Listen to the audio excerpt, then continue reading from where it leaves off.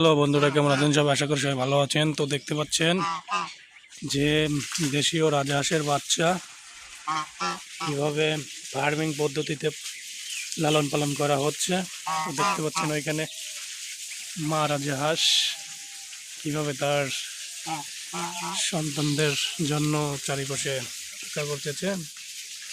এটা দেশীয় রাজহাঁসের বাচ্চা, এটা সুরক্ষার জন্য এইভাবে ঢেকে রাখা হয়েছে।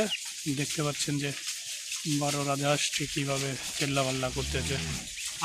তো বন্ধুরা, এটি একটি সর্বজনীন গ্রামীণ পদ্ধতিভাবে লালন পালন পদ্ধতি।